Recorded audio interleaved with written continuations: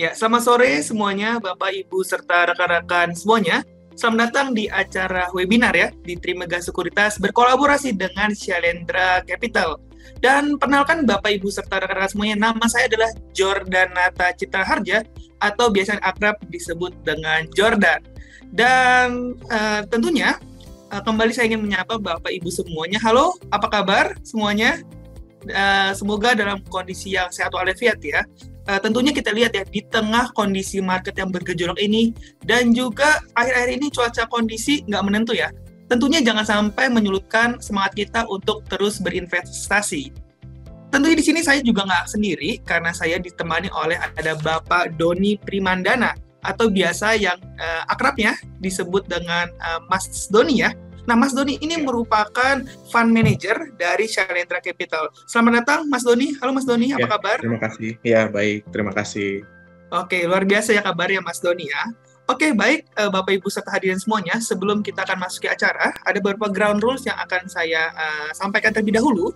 Yang pertama, bahwa pertanyaan, nanti kita akan ada sesi Q&A. Jadi kalau Bapak, Ibu ada pertanyaan, nanti silahkan dituliskan di kolom melalui box Q&A ya. Nanti karena akan dibacakan pada saat sesinya. Nanti pertanyaan akan saya pilih dan akan dijawab oleh Mas Doni langsung nih.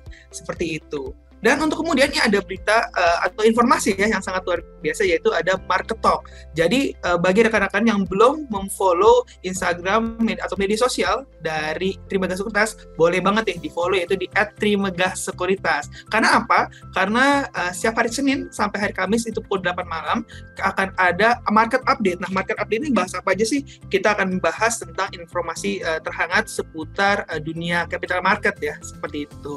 Dan untuk nextnya lagi ada apa aja sih di Trimegah Sekuritas? Selanjutnya kita juga aktif ya di Clubhouse, yaitu untuk setiap hari Selasa dan juga hari Kamis nih, yaitu pukul 2:30 atau 30 menit sebelum waktunya closing market. Oke, selanjutnya. Oke, informasinya seperti itu ya. Dan jika kita berbicara mengenai jenis-jenis reksadana, memang nggak bisa dipungkir ya bahwa jenis reksadana campuran ini kita lihat fleksibel ya, dan juga sangat lincah. Bahkan kita melihat kenapa bisa dilihat sangat lincah dan fleksibel, karena dari alokasinya sendiri itu bisa sampai 80% untuk penyertaan portofolionya ya, apakah itu di saham, di obligasi, maupun di jenis yang lainnya. Akan tetapi kita juga melihat bahwa seringkali reksadana campuran ini pergerakannya itu nggak mengikuti indeks. Nah, pertanyaannya, kenapa bisa demikian? Dan kira-kira strategi apa nih yang akan dibawakan oleh SBOF ya, terutama SBOF atau dari Shalendra Capital untuk menyongsong tahun 2023. Dan tanpa berpanjang lebar lagi, silakan Mas Doni untuk disampaikan materinya. Ya, terima kasih. Selamat sore Bapak Ibu sekalian, nasabah dari Trimegah Sekuritas.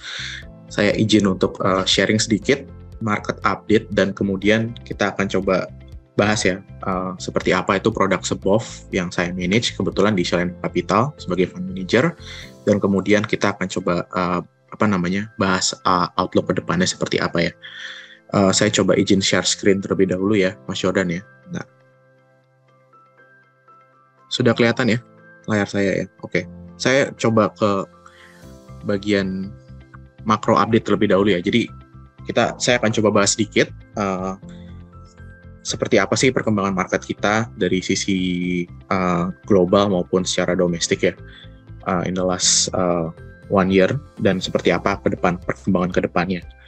Jadi mungkin Bapak Ibu udah pernah dengar ya, ini naratif yang paling sering didengar sekarang adalah kebijakan Bank Sentral Amerika Serikat ya, which is the Fed. Apakah mereka akan menaikkan rates, dan kalau iya sampai kapan, dan apakah akan ada chance buat mereka untuk actually stop menaikkan rates itu, atau mereka justru akan berbalik badan, akan menurunkan rates dan kembali ke quantitative easing gitu. Jadi sebenarnya impact-nya sih seperti apa ketika mereka menaikkan rates, liquidity di pasar, di sektor keuangan itu akan berkurang gitu, karena basically semua bank sentral di seluruh dunia juga ikut menaikkan suku bunga, including bank sentral kita ya, Bank Indonesia. Hal ini dikarenakan, of course, ketika bank sentral sana menaikkan rate, suku bunga di sana jadi lebih menarik dibandingkan dengan negara-negara lainnya. Jadi negara-negara berkembang lainnya ikut memastikan suku bunga obligasi tetap menarik, sehingga juga ikut menaikkan rate untuk menjaga stabilitas FX ya, nilai tukar mata uang masing-masing negara, including Indonesia ya. Meskipun kita ngelihat dolar tuh udah menguat dari sekitar di bawah 15.000 kemarin hingga sekarang udah menyentuh 15.500 sampai 600. Jadi kalau kita ngelihat beberapa naratifnya adalah Fed tightening itu bakal berhenti atau justru malah akan berbalik badan ya. Untuk mengetahui key indicators-nya apa yang harus kita lihatin adalah labor market di Amerika Serikat ya. Jadi saat ini masih belum memperlihatkan trajectory yang jelas gitu atas dampak pengetatan kebijakan moneter. Jadi ketika suku bunga dinaikkan, impact-nya adalah untuk labor market di sana akan terjadi pelonggaran gitu. Jadi yang selama ini job creation itu sangat kencang di Amerika Serikat, atau datanya itu ada namanya non-farm payroll di Amerika Serikat, ketika suku bunga itu dinaikkan, impact-nya adalah non-farm payroll itu atau job creation di Amerika Serikat itu akan berkurang, sehingga labor market itu akan menjadi lebih lebih longgar gitu, tidak seketat sekarang gitu, di mana demand untuk labor itu sangat tinggi sehingga berdampak pada inflasi dan pertumbuhan ekonomi yang sangat kencang. Kemudian core inflation ya, core inflation. Jadi emang selalu dibahas kenapa Bank Sentral Amerika Serikat itu menaikkan suku bunga, karena sebenarnya inflasi di sana sangat tinggi, di atas rata-rata normal gitu. Jadi ini seperti balik ke tahun 1980-an gitu. Nah, yang jadi key indicator yang harus kita liatin juga adalah mortgage ya, atau KPR di Amerika Serikat, karena berbeda dengan Indonesia yang perekonomiannya didrive oleh konsumsi. Amerika Serikat itu sebagian besar perekonomiannya didorong oleh pembangunan rumah ya, atau aktivitas di perumahan. Jadi ketika mortgage rate itu rendah, which is ketika suku bunga bank sentral sana rendah, maka mortgage itu akan sangat kencang karena orang berlomba-lomba untuk membeli rumah dengan mengambil mortgage yang biayanya murah gitu. Tapi ketika suku bunga itu dinaikkan, mortgage rate juga akan pelan-pelan meningkat, sehingga akan terjadi penurunan permintaan, dan impact-nya adalah inflation sendiri itu akan turun karena nilai rumah juga turun di sana. Nah, itu dari sisi Amerika Serikat.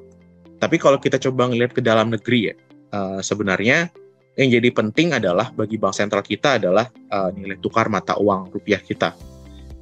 Ya Bapak Ibu mungkin lihat sendiri ya, kita mata uang kita dari kemarin sekitar di bawah 15.000 ya, 14.000 sekian, sekarang sudah menyentuh 15.500 sampai 15.600 gitu.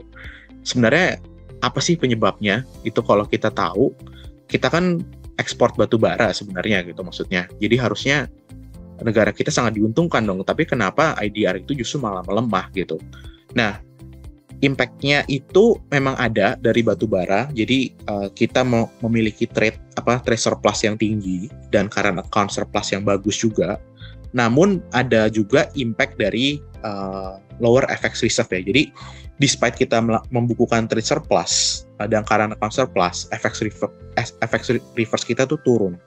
Kenapa? Karena basically adanya pembayaran utang ke luar negeri yang dilakukan pemerintah, pembayaran dividen dari company-company yang dimiliki oleh perusahaan luar, dan juga adanya aliran keluar dari obligasi kita ya. Jadi obligasi kita untuk tahun ini cukup strong dibandingkan dengan negara-negara lain, tapi performa yang bagus itu sebenarnya juga merupakan kutukan ya, karena sebagian investor merasa Indonesia sudah terlalu kuat, jadi mereka rotate mencari exposure ke negara-negara yang justru underperform gitu, karena mereka sifatnya lebih take profit di Indonesia dan kemudian masuk ke negara-negara yang lebih dihajar, baik itu dari obligasi maupun dari equity ya di Indonesia daripada Indonesia. Nah, akibatnya apa? Akibatnya ketika FX IDR kita itu melemah, Bank Indonesia harus menjadi lebih hawkish ya. Berarti mereka harus lebih menaikkan rate, meskipun ekonomi kita sebenarnya belum terlalu recover ya, balik ke pre-COVID. Nah, ini a bit of a gambaran aja sebenarnya apa sih market itu kan sekarang sudah pricing-in Fed itu naikkan rate ke sekitar mungkin Fed funds rate itu sudah sampai 5% ya gitu. Iya. Maaf Mas Doni, sepertinya slide-nya belum pindah Mas. Oh enggak, ini masih yang di last point ini basically. Oke. Jadi apa sih yang market belum pricing itu?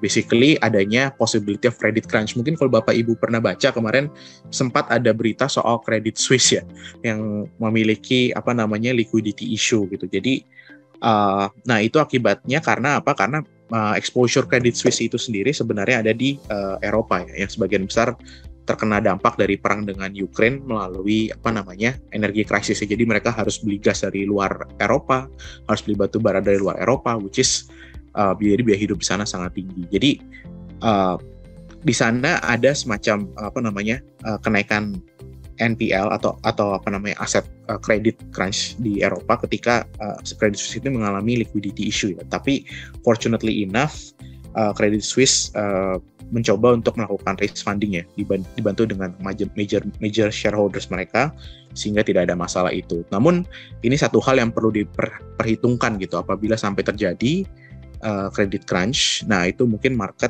bisa akan bearish ya untuk beberapa waktu ke depan, dan ini belum di price in market. Nah ini gambaran awal, kita akan coba masuk satu-satu ya ke ke poin-poin tadi yang saya sudah gambarkan. Nah ini kalau kita lihat di sini, ini adalah pergerakan suku bunga Bank Sentral Amerika Serikat ya, dari setiap cycle pengetatan yang dilakukan oleh mereka.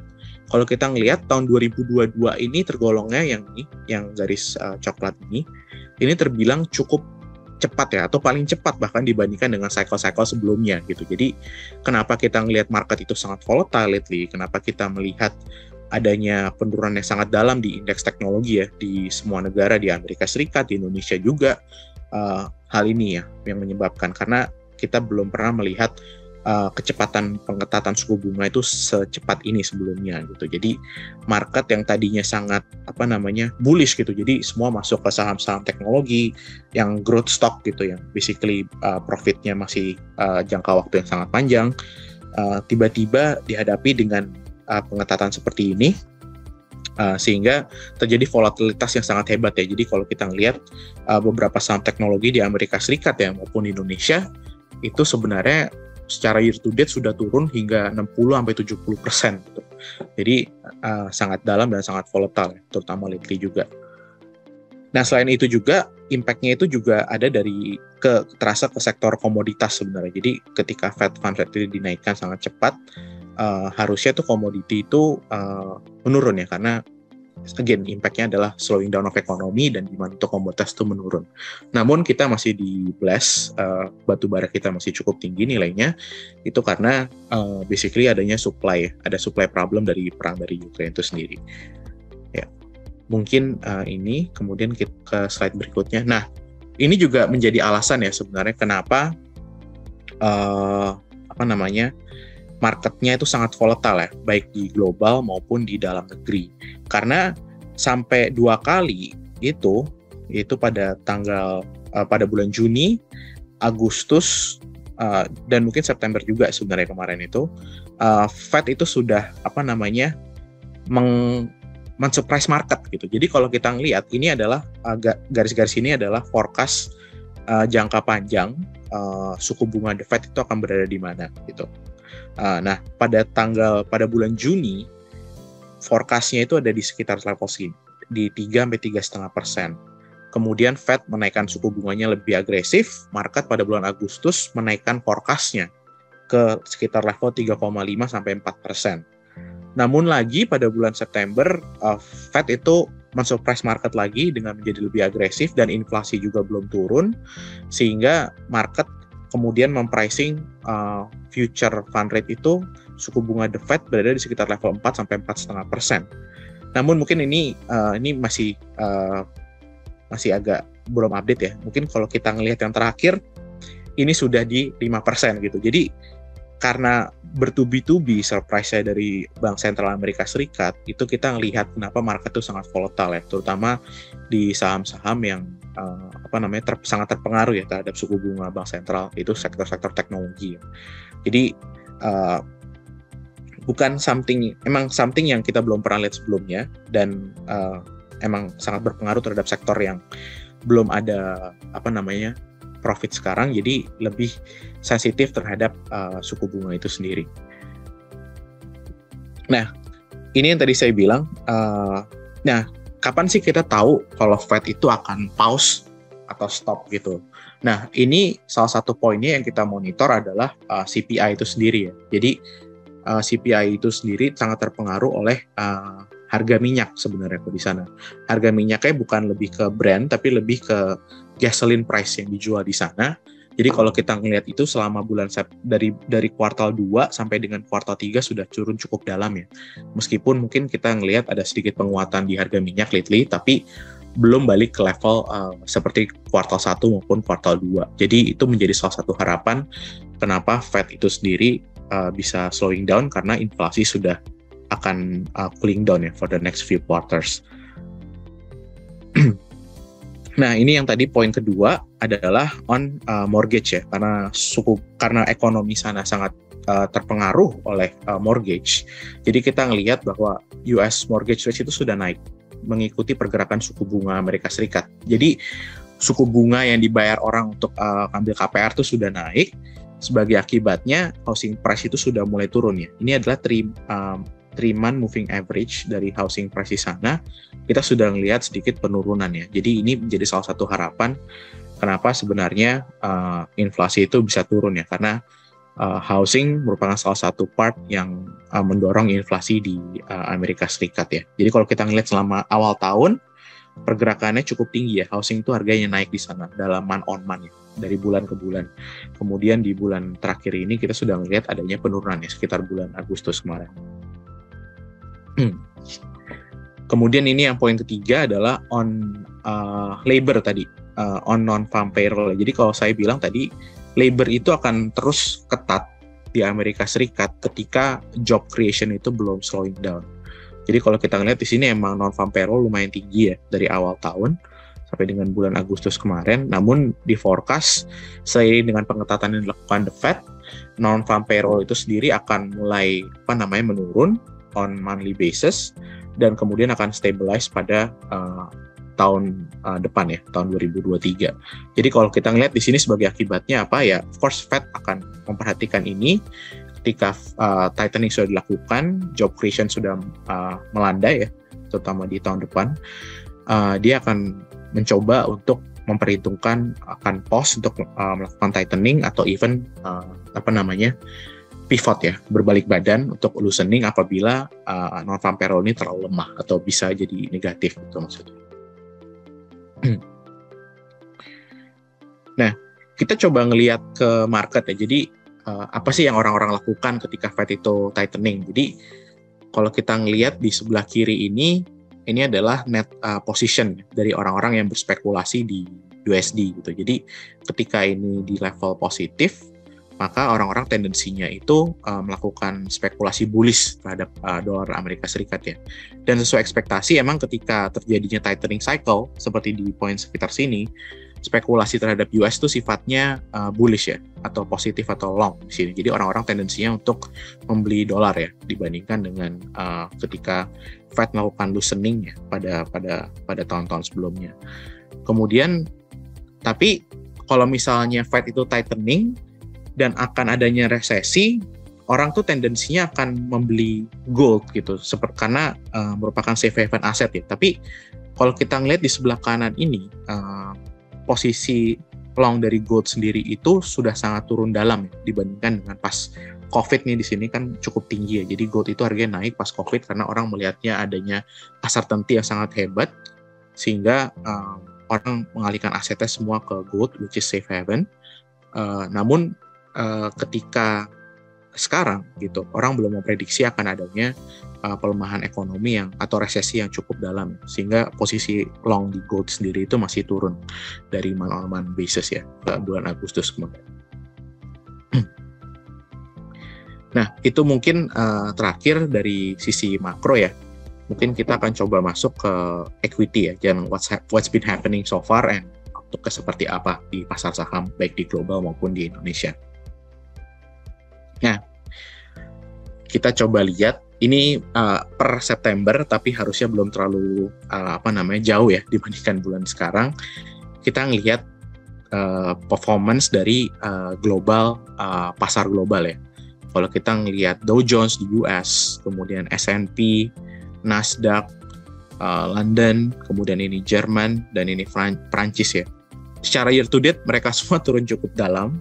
Kenapa? Karena basically again the problem is with the tightening of the liquidity. Jadi negara-negara ini memiliki valuasi yang pasarnya yang cukup tinggi ya, mahal, terutama di sektor teknologi, which is yang besar-besar itu seperti Amazon, Microsoft, Facebook, dan lain-lainnya.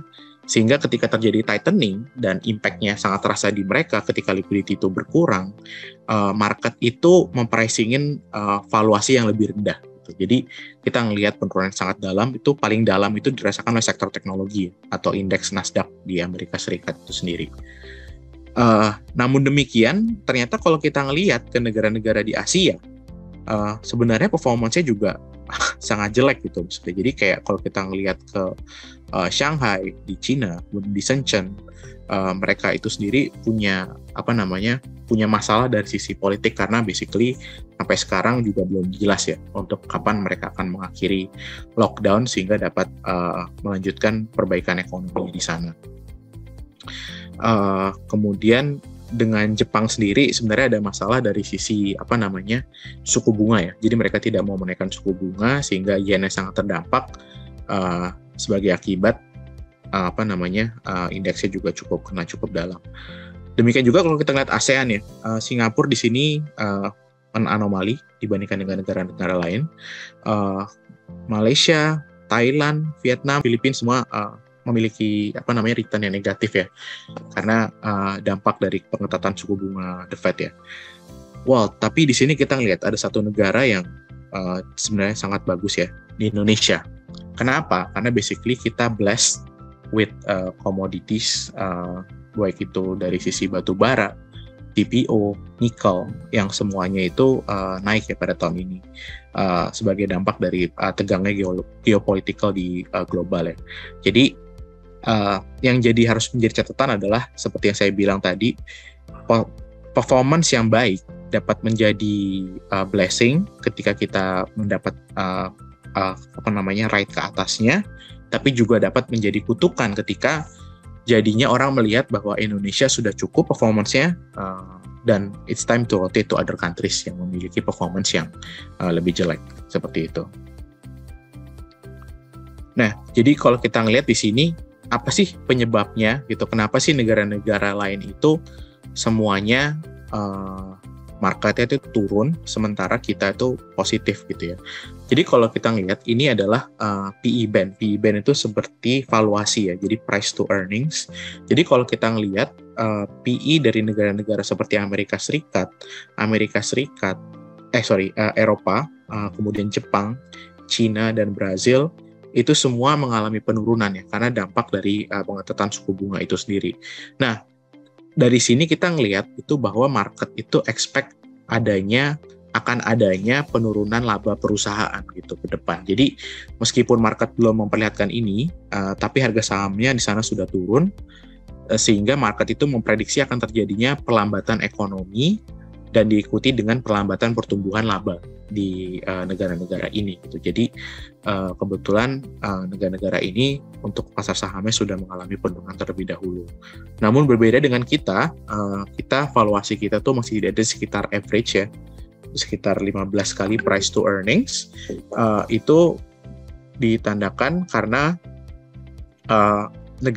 investor itu masih terbilang cukup bullish gitu. Jadi belum akan memprediksi akan adanya pengetatan yang penurunan laba yang terjadi di perusahaan-perusahaan di Indonesia. Nah, jadi kalau kita ngelihat di sini, mungkin ini adalah agregat laba-laba perusahaan di masing-masing negara ini ya. Jadi kalau kita ngelihat memang di tahun 2002, which is yang garis warna pink muda ini di sini, kita belum melihat adanya downgrade ya, yang terjadi cukup dalam pada tahun ini. Sementara Eropa saja masih ada kenaikan sedikit untuk forecast labanya. Kemudian Jepang juga belum terdapat downgrade yang cukup dalam. Brazil juga belum. Yang terjadi di sini adalah Cina ya. Kenapa? Karena Cina sendiri itu merupakan unique case. Karena basically adanya lockdown yang tidak selesai-selesai ya di sana. Sampai sekarang kan orang bilang setelah Xi Jinping jadi leader, eventually bakal selesai, tapi eventually sampai sekarang juga belum selesai dan masih terjadi lockdown di sana. Untuk Indonesia sendiri kita cukup blessed dengan adanya upgrade yang sangat tinggi ya, karena terdukung oleh komoditis tadi. Jadi perusahaan-perusahaan komoditis di kita seperti Adaro, kemudian PTBA mengalami upgrade earnings yang sangat banyak, dan eventually efeknya juga akan berasa ke ekonomi, sehingga perusahaan-perusahaan seperti bank, consumer, dan lain-lainnya itu juga akan ikut berasa ya, sehingga mereka mendapat laba yang lebih tinggi dari ekspektasi sebelumnya. Nah, jadi kalau kita ngelihat di sini, siapa sih penggerak-penggerak IHSG gitu secara year to date ya. Jadi kalau kita ngelihat, seperti yang saya bilang, pemenang paling besar adalah of course energi ya. Energi itu adalah batu bara, minyak, dan lain-lain ya.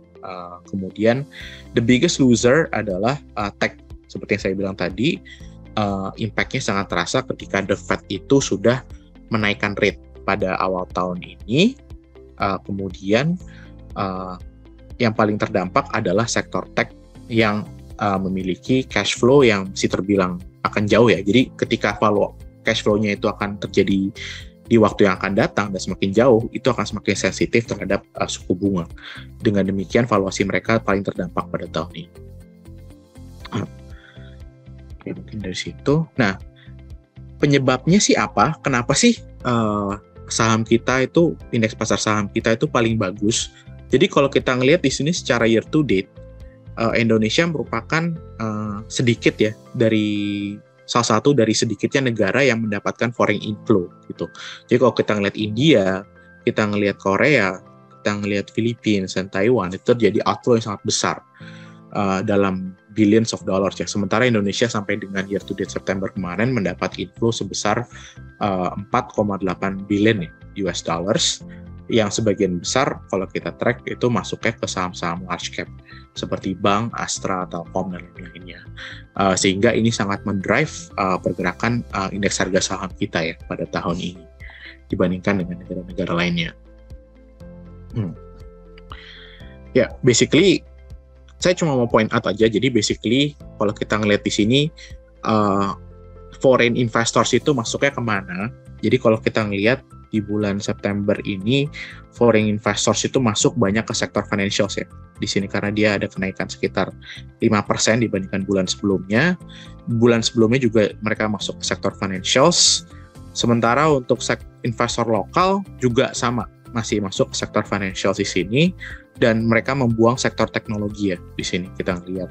Kenapa sektor teknologi di foreign tidak dijual? Karena sepertinya mereka juga belum banyak masuk ya sektor teknologi dalam Indonesia, karena untuk exposure ke teknologi sendiri sebenarnya foreign investor itu lebih banyak masuk ke saham-saham di luar ya, seperti di Amerika Serikat maupun di China itu sendiri gitu. Jadi untuk flow dari sektor teknologi itu tidak terlalu banyak ya foreign keluarnya, tapi lebih didominasi oleh pergerakan lokal investor yang actually menjual saham-saham teknologi dalam negeri. Oke, seperti itu. Ini kita pas aja. Nah, kita coba ngelihat ya, basically sebagai fund manager itu kita selalu memperhatikan pergerakan players lain di industri kita, dan setiap bulan itu kita selalu monitor seperti apa moodnya di pasar gitu, apakah bearish ataukah bullish gitu. Jadi kalau kita ngelihat ya, ini adalah cash level. Jadi setiap fund itu, equity fund terutama dan balance fund juga itu bisa kita track gitu. Jadi berapa cash level yang mereka miliki secara agregat di industri kita gitu, seperti itu. Jadi kalau kita ngelihat cash level sekarang itu sebenarnya netral gitu secara average ya, kalau kita ngelihat historical ke belakang di sekitar 9%.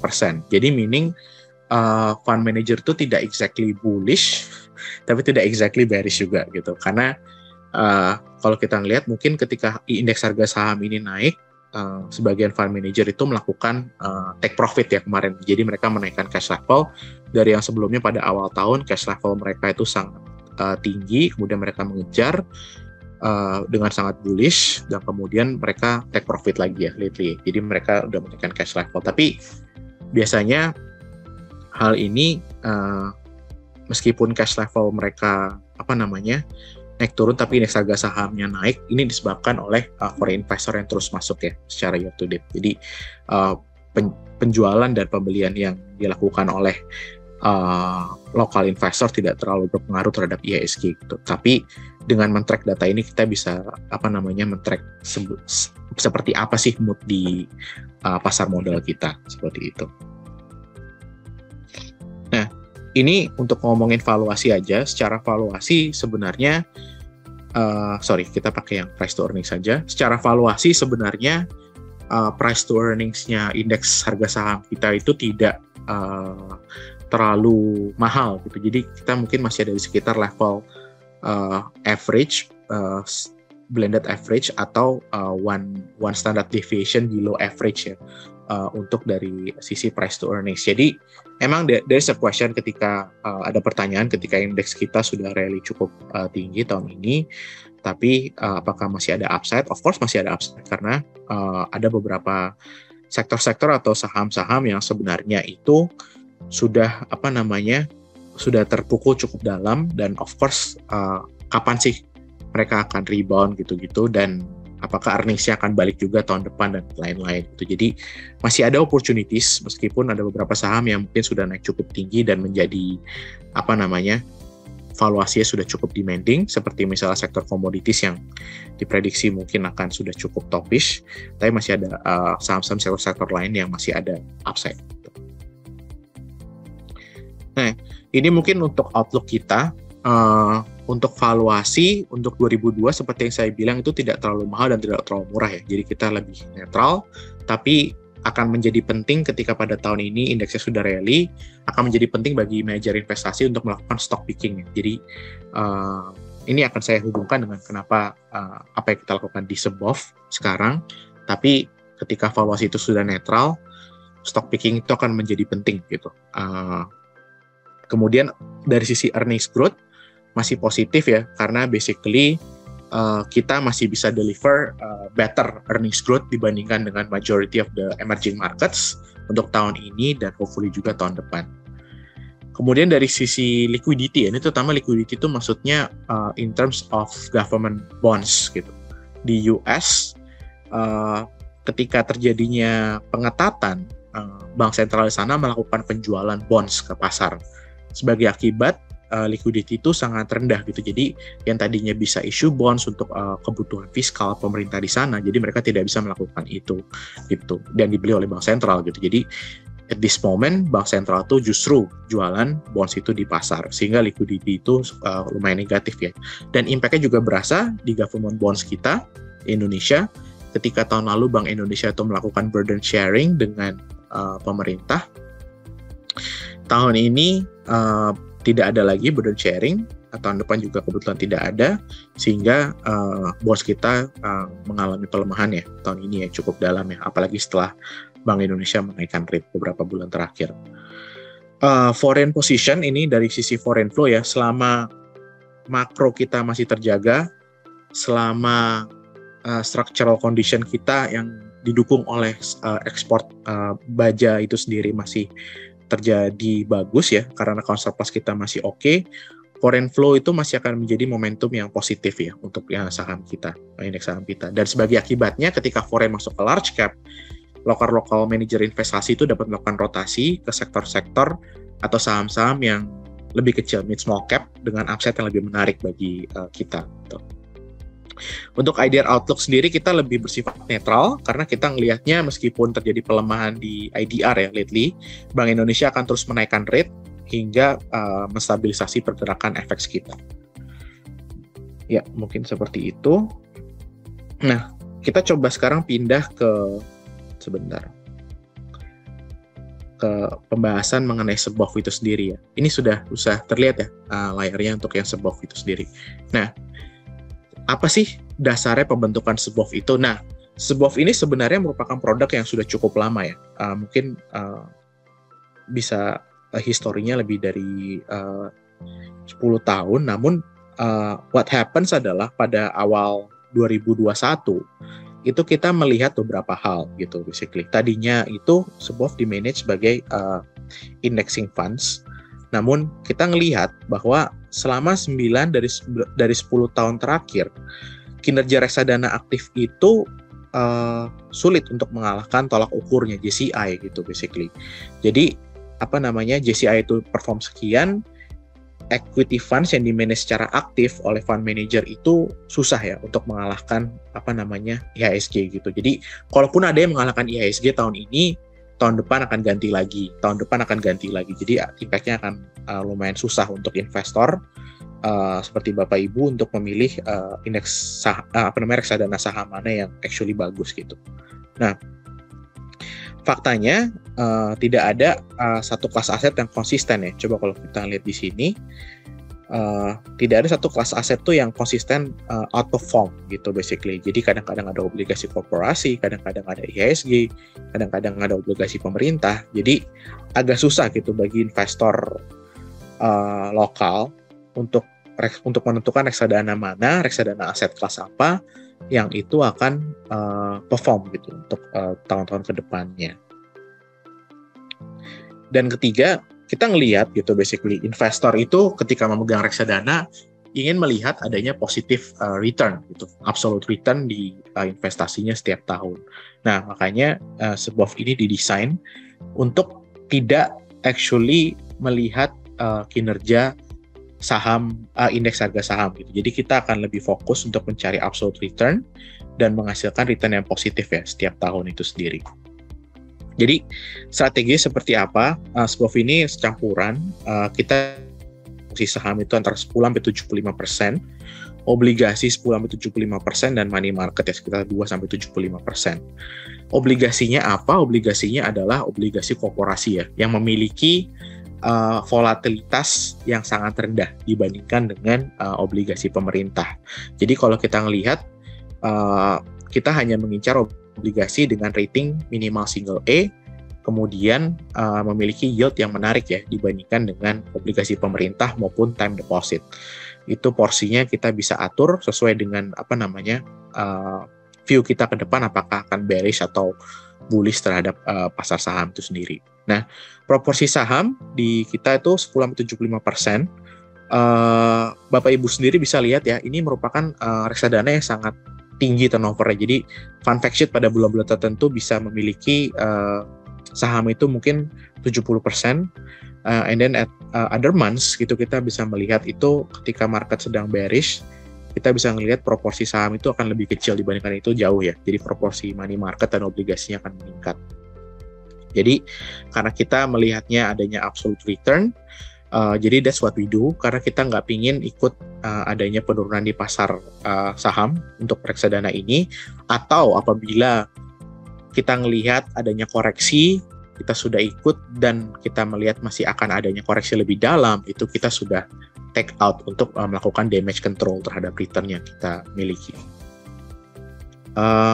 Ya ini mungkin yang poin ketiga, portfolio SBOF itu bersifat non-indexing ya, jadi lebih terkonsentrasi di saham-saham yang ada juga saham large cap. Jadi komposisinya seperti apa itu kita tidak exactly mengikuti indeks gitu. Jadi ketika kita suka Bank Mandiri, ketika kita suka Astra atau kita suka Telkom, itu kita bisa melakukan concentration investasi di situ gitu. Jadi misalnya seperti Bank Mandiri itu proporsi di indeksnya itu sebesar 5% gitu misalnya. Tapi kalau kita sangat suka terhadap saham Bank Mandiri, kita bisa memilikinya lebih dari itu. Jadi tidak exactly kita melakukan overweight atau underweight dibandingkan dengan saham, sehingga kita melihat return itu tidak actually mengikuti pasar saham Indonesia ya. Nah, seperti apa sih investor yang cocok gitu basically? Jadi kalau Bapak Ibu tidak mau memikirkan untuk switching gitu, karena kadang-kadang ada switching itu adanya biaya ya di situ ya. Jadi satu produk yang sendirinya dapat melakukan rotasi kelas aset gitu. Jadi seperti saya bilang, ketika obligasi itu akan lebih menarik dibandingkan dengan saham, kita akan menaikkan porsi obligasi, dan sebaliknya ketika saham itu sedang bullish, kita akan lebih menaikkan porsi sahamnya sendiri di reksadana kita. Nah, itu the first one, and the second one adalah prospek return yang tinggi ya. Mungkin tahun lalu one of our best years itu kita memiliki return sebesar 24%, terutama didorong oleh saham-saham teknologi ya tahun lalu. Jadi ketika kita akan bullish dan kita memiliki pilihan saham yang sangat tepat, itu return-nya dapat lebih tinggi gitu dibandingkan dengan reksadana saham biasa gitu. Saham ini cocok, reksadana ini cocok untuk investasi jangka menengah dan panjang. Jadi kalau kita ngelihat mungkin rotasi kelas aset itu akan dilakukan cepat, namun in real terms jadinya Bapak Ibu sekalian itu tidak perlu switching ke produk, misalnya dari equity ke fixed income atau fixed income ke money market gitu. Jadi untuk memiliki produk ini itu dapat lebih di hold ya, untuk lebih jangka menengah dan panjang dengan memperhatikan absolute return tadi. Jadi setiap tahun kita akan target punya positive return ya, regardless itu pasar saham sedang positif atau negatif seperti itu. Jadi tidak terlalu memperhatikan returnnya IHSG itu sendiri.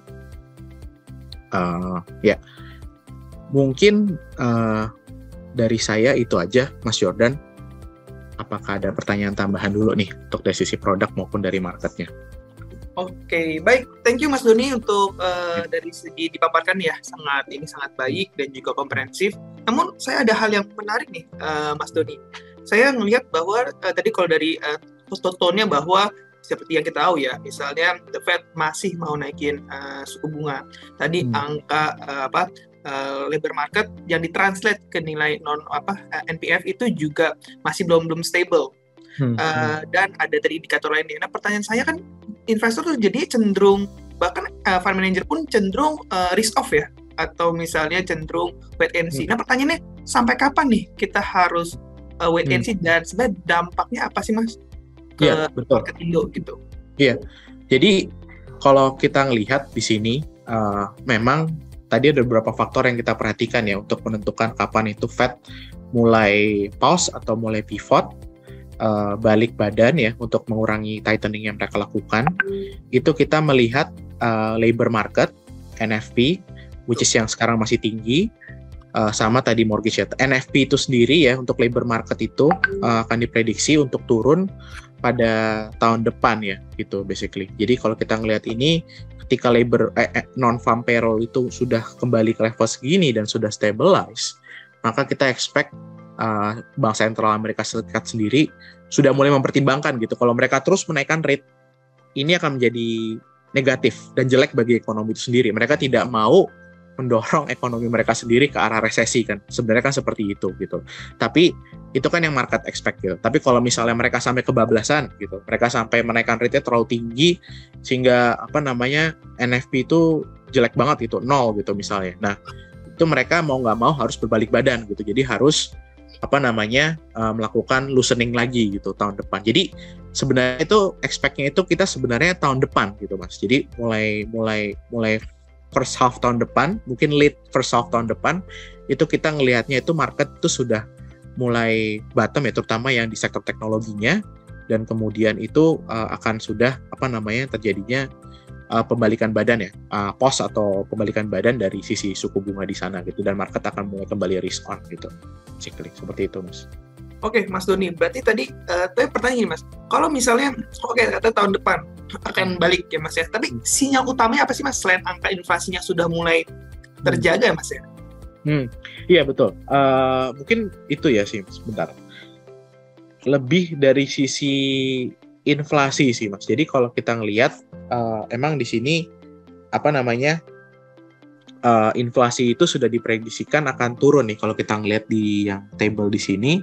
Untuk 4Q sendiri itu untuk first quarter dan second quarter sendiri untuk tahun depan itu sudah diprediksikan untuk turun ya Mas ya. Jadi sinyal-sinyal inilah yang kita gunakan gitu. Kalau misalnya ini lanjutkan penurunan gitu basically sampai dengan fourth quarter apa sesuai ekspektasi seperti ini, maka itu akan jadi signal apa namanya akan adanya pause dari Fed itu sendiri. Nah, kemudian mungkin yang perlu dilihat juga adalah harga komoditas sebenarnya. Jadi kalau harga komoditas itu seperti terutama kalau untuk Amerika Serikat itu adalah minyak karena mereka menggunakan gasoline. Kemudian untuk harga komoditas seperti natural gas dan lain-lainnya itu apabila sudah terjadi penurunan cukup dalam, maka kita bisa melihat inflasi itu sudah mulai cooling down gitu basically, dan bahkan even bisa jadi deflasi gitu, di negatif kalau turunnya sangat dalam ya gitu. Nah, itu perlu dilihat kapan itu kita expect akan terjadi penurunan itu setelah melewati periode winter ya, karena basically winter ini untuk energi itu sendiri untuk negara-negara di Eropa dan hemisfer utara itu butuhnya cukup banyak gitu, karena mereka perlu warming up the houses gitu basically. Mereka perlu itu untuk rumah, untuk hotel, untuk gedung gitu. Jadi di mana untuk energi itu masih akan terjaga mungkin sampai dengan bulan Februari atau Maret ya. Tapi setelah itu mungkin kita harus melihat lagi demand supply seperti apa ketika winter sudah lewat dan mereka tidak terlalu membutuhkan supply batu bara dan bensin dan gas yang terlalu banyak lagi, apakah harga komoditas akan terjaga di level sekarang? Nah, itu kita masih harus melihat. Tapi kita expect-nya akan terjadi penurunan setelah musim dingin itu selesai di negara bagian utara. Mungkin seperti itu, Mas Jordan. Oke, Mas. Thank you, Mas. Berarti tadi memang kata kuncinya tetap kestabilan inflasi. Lalu tadi ada beberapa indikator juga ya, seperti US gasoline, natural gas itu juga menjadi harus diperhatikan ya, Mas ya. Cuma minyak, natural gas ya. Natural gas, betul, Mas. Cuma tadi ada satu, Mas. Saya tadi ngeliat bahwa sebenarnya kalau nilai cash untuk masing-masing reksadana di Indo ya, Mas, itu sebenarnya cash levelnya atau available-nya itu cukup dijaga, Mas, di maintain ya sekarang ini local market. Tapi pertanyaannya kenapa asingnya beli terus tapi dalam tanda kutip kitanya untuk local mutual fund itu nahan cash, Mas? Mungkin kenapa tuh? Itu kan menjadi menarik ya. Iya, betul. Jadi tendensinya seperti ini, Mas. Jadi kalau untuk local fund manager itu kita akan mencoba at some point itu take profit, karena kan scope kita sebagai local fund manager itu IHSG gitu, Mas. Semua saham di IHSG gitu. Sementara kalau untuk foreign itu sendiri mungkin untuk masuk ke Indonesia itu terbatas oleh universe mereka yang terbatas oleh liquidity dan lain-lain gitu, size, ukuran dan segala macam gitu. Jadi ketika foreign masuk ke Indonesia, mereka hanya akan masuk ke saham-saham yang besar gitu. Jadi seperti Astra, BCA, Bank Mandiri, BRI dan lain-lain gitu. Tapi untuk local fund manager sendiri itu sebenarnya dapat memperhitungkan untuk masuk ke saham yang lebih kecil ya, mid small cap gitu basically. Karena scope kita hanya di sini. Jadi ketika adanya rally sangat kuat di IHSG, Mas, mereka of course akan melakukan take profit terlebih dahulu gitu basically di level sini gitu. Jadi mereka akan menaikkan porsi cash dan lain-lainnya gitu. Jadi mereka tapi tampaknya juga belum berani terlalu bullish ya. Jadi mereka tidak langsung melakukan rotasi ke saham-saham mid small cap karena mungkin masih ada konsiderasi apakah foreign flow itu masuk ke Indonesia akan konsisten, akan terjaga gitu-gitu. Karena kan lebih didrive oleh karena cost surplus kita yang fortunately sangat terdukung oleh harga komoditas gitu. Nah, masih lebih wait and see at this moment. Untuk kita juga lebih wait and see apakah sudah baik untuk menunggu masuk ke mid small cap yang lebih banyak, atau harus menunggu dulu nih saham-saham yang di large cap itu turun dan kita justru collect ketika foreign itu keluar. Masih terjadi wait and see, Mas. Cuma basically what we know so far adalah saham-saham itu masih memiliki fundamental yang baik ya. Jadi at some point kita juga nggak berani untuk terlalu reduce posisi kita terlalu banyak. Jadi kalau kita ngeliat di sini nih masih sekitar 9% ya. Jadi ini very netral ya. Jadi sebenarnya orang tidak tidak memandang akan adanya market crash yang cukup dalam. Jadi kalau misalnya ada pasti cash level itu sudah naik. Tapi juga tidak terlalu bullish ya, sehingga tidak terlalu fully invested in the index itu sendiri gitu di pasar saham. Jadi lebih sifatnya lebih wait and see untuk sekarang gitu, Mas. Oke, Mas Undina, saya jadi nangkep tadi perbedaannya gimana caranya untuk local mutual fund dan juga foreign investor tuh melihat berinvestasi. Nah, ini saya sambung, Mas. Ini ada pertanyaan dari tadi ada Mas Dewono nih. Pertanyaannya menarik gini, Mas. Mungkin pertanyaan kayak gini, apakah masih ada growth di capital market di sisa tahun 2022? Dan mungkin saya akan lanjutkan pertanyaannya ke Sebov ya Mas ya. Kan Sebov itu kan return-nya absolut ya Mas ya. Nah, jadi apakah masih ada potensi nih Mas untuk jadi berhadapan yang positif ya atau nggak absolute return, dan mungkin bagaimana tuh Mas? Oke, noted. Basically untuk pasar saham itu sendiri biasanya selalu ada katalis-katalis yang kita selalu perhatikan ya. Misalnya seperti laporan keuangan, adanya kenaikan harga komoditas di luar dan lain-lainnya. Jadi kalau kita ngelihat memang untuk sektor tertentu ya seperti komoditas itu kita ngelihatnya sudah cukup selesai gitu. Upside-nya itu sudah terlalu banyak, valuasi itu sudah cukup tinggi, sehingga dari sisi kita sebagai fund manager balance gitu yang alokasinya itu sangat fleksibel, kita of course mengurangi exposure kita di situ. Jadi kita tidak terpaku pada indeks, jadi kita tidak harus memiliki saham-saham yang menurut kita akan turun atau upside-nya sudah terlalu menarik. Tapi di sisi lain juga masih ada sektor-sektor yang sebenarnya masih memiliki valuasi yang murah gitu dibandingkan dengan sektor lain ya, seperti banks kita sendiri itu sebenarnya masih memiliki valuasi yang murah ya, secara historical, karena fundamentalnya sudah sangat membaik ya dibandingkan dengan tahun-tahun sebelumnya. Dan dengan kenaikan harga saham-saham bank yang besar ini di Indonesia, saham-saham bank yang lebih second tier itu akan menjadi lebih menarik gitu, karena gap valuasinya itu akan semakin menjauh. Jadi sebenarnya dari bank-bank yang besar ini, setelah kita melakukan take profit, kita dapat mencoba untuk rotasi ke menaikkan exposure ke saham-saham bank-bank yang belum naik gitu. Jadi seperti itu Mas. Jadi kalau kita ngelihat itu financials itu tahun ini dan tahun depan akan menjadi salah satu sektor yang memiliki upside yang sangat banyak ya dibandingkan dengan sektor-sektor lainnya seperti itu Mas. Tapi kita terus memperhatikan juga ketika harga komoditas itu turun, akan ada sektor-sektor yang diuntungkan gitu. Jadi seperti sektor consumer, seperti sektor media yang sangat berhubungan ya. Sektor consumer dan media itu sangat berhubungan karena media itu banyak iklan dari perusahaan-perusahaan seperti Indofood, seperti Unilever, itu sangat banyak. Jadi ketika consumer companies itu mulai diuntungkan commodities, jadi profit mereka naik, saham mereka juga akan naik. Demikian juga dengan saham media, ketika consumer companies itu diuntungkan, mereka akan menambah jumlah iklan di TV-TV dan di streaming, sehingga akibatnya juga profit mereka juga akan naik. Nah, seperti itu sih Mas. Jadi kita masih mengukur ya timing yang pas untuk balik badan semuanya. Jadi kita sudah mengurangi exposure kita di saham-saham yang tadi yang komoditas itu untuk masuk ke sektor-sektor yang akan diuntungkan ketika harga komoditas itu akan mulai melemah gitu. Seperti itu Mas Yoran. Oke Mas. Jadi menariknya gini. Jadi kalau untuk komunitas ini sudah mulai diturunkan, tadi mereka ada gini. Jadi memang big caps banks itu kan memang sudah rally-nya udah cukup naik kencang ya. Jadi salah satu cara untuk mendapatkan tadi return itu dengan cara bisa saja switching ke second-liner banks yang memang otomatis gap-nya masih jauh ya dengan Betul. Gap itu ya. Iya.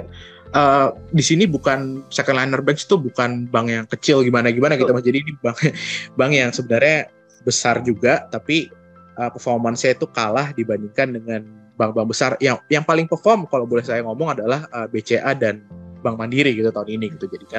Jadi masih ada chance untuk upside di luar dua bank tadi itu sebenarnya di tahun ini. Jadi kalau kita bisa ngelihat dan which bank has the best fundamentals gitu di luar dua bank itu sendiri yang memiliki upside yang bagus.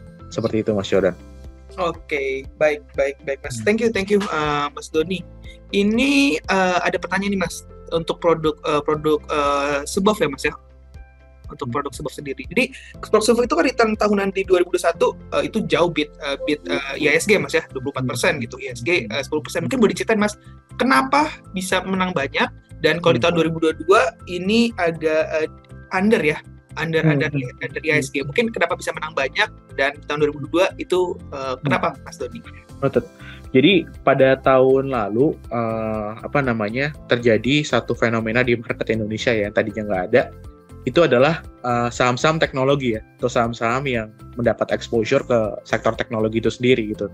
Jadi saham-saham ini tadinya investor di Indonesia sendiri itu belum ada yang punya dan belum ada yang pernah experience di situ. Jadi tendensinya ketika terjadi kenaikan, semua investor akan ikut masuk gitu. Jadi harga kenaikannya sangat cepat gitu. Jadi kebetulan kita cukup blessed tahun lalu karena kita juga mendapatkan profit yang cukup banyak ya dari saham-saham sektor ini.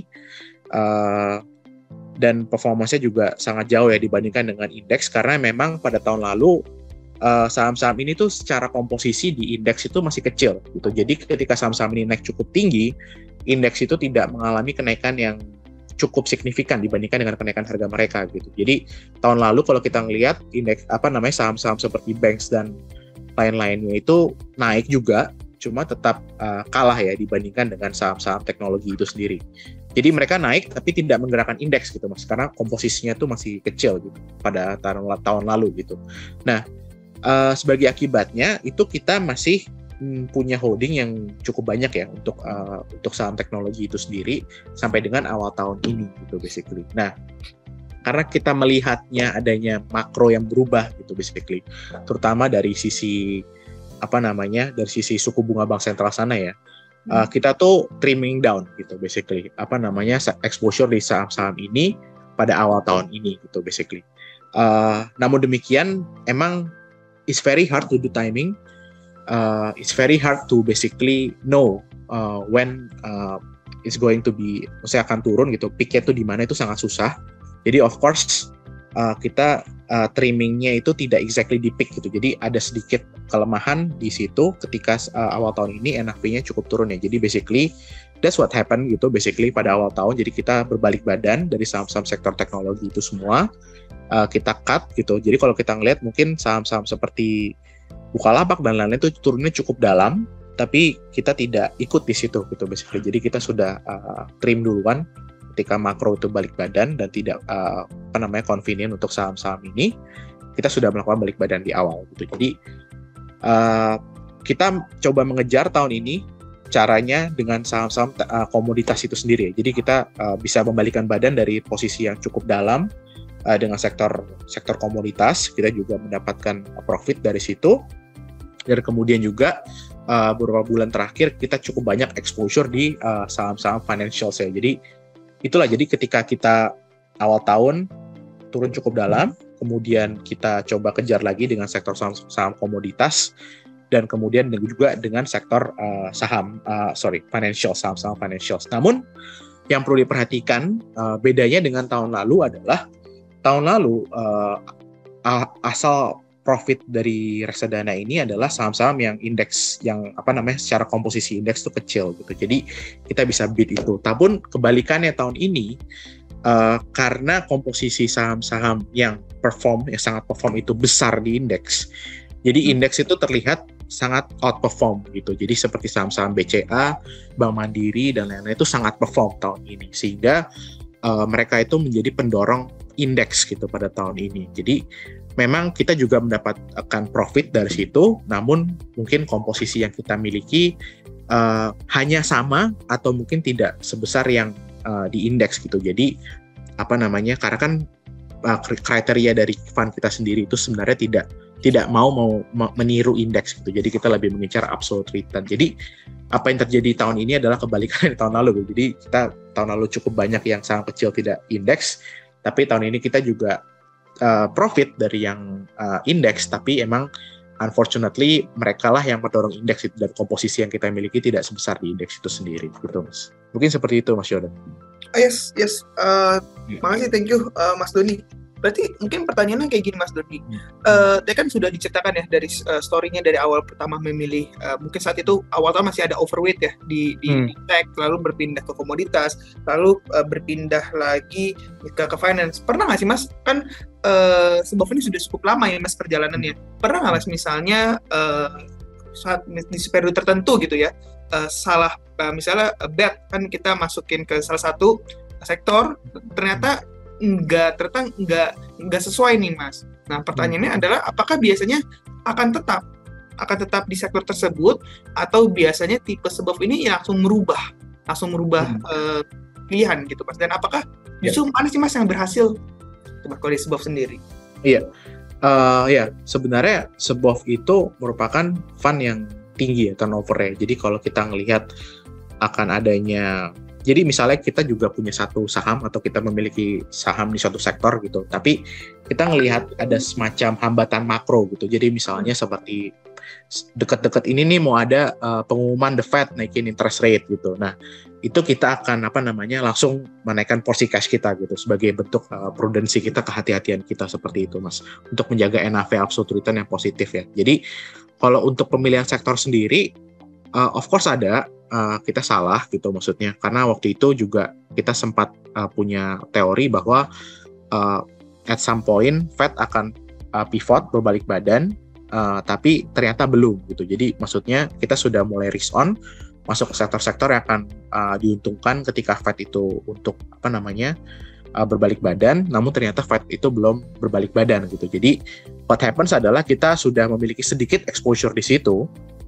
tapi ketika tidak perform, of course kita akan langsung switch back ke sektor-sektor yang kita anggap masih akan perform gitu. Tapi kadang-kadang juga resiko di pasar itu akan bersifat sistematis gitu. Jadi tidak ada sektor yang akan naik gitu basically Mas. Nah, itu fleksibilitas kita di situ gitu. Jadi ketika hal itu terjadi, kita bisa menaikkan sangat tinggi porsi cash kita gitu basically, dan porsi obligasi kita gitu. Dan itu terjadi pada 2 bulan atau 3 bulan sebelum ini gitu. Jadi kita memiliki porsi cash yang cukup tinggi gitu Mas. Oke. Baik Mas, ya dan benar ya Mas, maksudnya kita ngelihat ya SBOF ini kan kita perhatikan dari grafiknya juga ya. Memang di saat berapa kali saat memang switching itu ngejarnya ya cukup bisa ngejar ya Mas ya. Iya. Jadi memang ya strategi itu tuh ya terbukti gitu ya Mas ya. Betul. Jadi ya ketika kita melihat akan honestly pasar tahun ini sangat volatile gitu Mas. Jadi what we forecast today can be wrong tomorrow. Jadi kayak terutama kalau kita ngelihat ya berita-berita soal The Fed dan ekspektasi pasar tentang recession dan lain-lain gitu. Maksudnya apa yang kita forecast tahun ini, apa yang kita forecast hari ini atau minggu ini itu bisa salah besok atau minggu depan gitu. Jadi sebagai fund manager, of course untuk menjaga absolute return yang positif, itu kita harus sangat cepat ya berbalik badan ya Mas, in that case ya, karena marketnya juga seperti itu. Jadi that's what we do. Dan kadang-kadang kita juga diuntungkan ketika call yang kita make benar. Namun apabila kita memiliki call yang salah gitu, basically kita akan langsung trim down untuk menjaga NAV yang tetap positif gitu Mas. Jadi sebagai bentuk damage control, seperti hal yang kita lakukan awal tahun ya dari sektor teknologi itu sendiri. Seperti itu Mas Joran. Oke, yap. Baik Mas Doni, thank you. Mungkin ini pertanyaan yang terakhir ya Mas ya. Ini pertanyaan banyak nih Mas yang bertanya gitu. Jadi sebenarnya kalau strategi untuk di SBOF itu betternya apakah memang melakukan dollar cost averaging kah? Apakah sebentuk long term kah? Atau sebaiknya hold dulu? Atau bagaimana Mas pandangan dari Mas Doni sendiri? Iya, betul.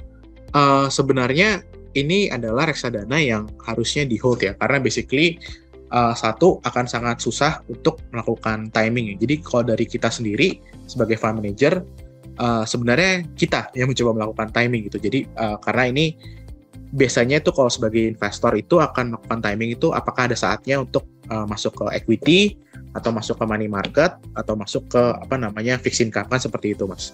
Namun dengan reksadana ini sebenarnya fund manager akan melakukan timing itu untuk para nasabah gitu. Kapan saatnya untuk masuk ke market, kapan saatnya untuk masuk ke equity, kapan saatnya untuk masuk ke fixed income itu sendiri. Dan as saya bilang sebelumnya, reksadana ini turnover sangat tinggi gitu. Jadi kita sebagai fund manager setiap hari sampai malam kita masih ngeliatin market gitu, baik itu di US maupun Indonesia. Jadi kayak kita selalu lihat review our portfolios gitu, asset allocation yang kita lakukan setiap hari, apakah sudah sesuai dengan macro condition, apakah sudah sesuai dengan bottom up yang kita miliki, tesisnya masih oke. Dan trading itu juga dilakukan setiap hari gitu. Jadi sebenarnya dari sisi nasabah sendiri lebih baik untuk melakukan dollar cost averaging ya di sini gitu dibandingkan dengan trading in and out gitu. Karena basically dari sisi kita sebagai fund manager itu sudah melakukan alokasi aset gitu yang sesuai dengan kondisi pasar global dan domestik gitu Mas. Iya. Oke, jadi kesimpulannya adalah memang jenis fund ini memang better karena market timing itu sulit ya Mas ya, market timing itu sulit dilakukan. Jadi better kita hold dan kita coba dollar cost averaging ya Mas ya. Ya, betul. Dan ini terakhir Mas, tadi saya bilang terakhir ya, ini bonus ya Mas. Untuk ekspektasi return above di 2023 Mas, mungkin selain penutup ya. Iya.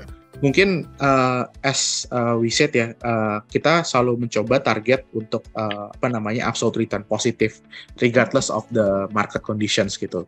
Cuma as a conservative fund managers, of course target kita itu ada di single digit positive return gitu Mas. Dan if we can do good, our return will be higher than time deposit gitu Mas. Karena kan of course investor selalu mikir apakah time deposit ataukah reksadana gitu basically kan.